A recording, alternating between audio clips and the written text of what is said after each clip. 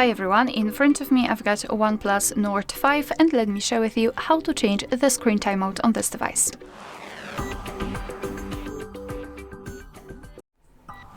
So as you probably saw, the screen blacks out a little bit too fast for my liking, so let's change it. We have to start with opening the settings. Let me go back. And here let's scroll and find display and brightness. Then we have to scroll down to find the option auto screen off, and as you can see here we've got some options, at the top relatively short ones and at the bottom the longest. So all you have to do is to tap on the option you'd like to use. I'll choose 5 minutes, and as you can see it is immediately notified right here, which means that from now on, after 5 minutes of an activity, this device will black out.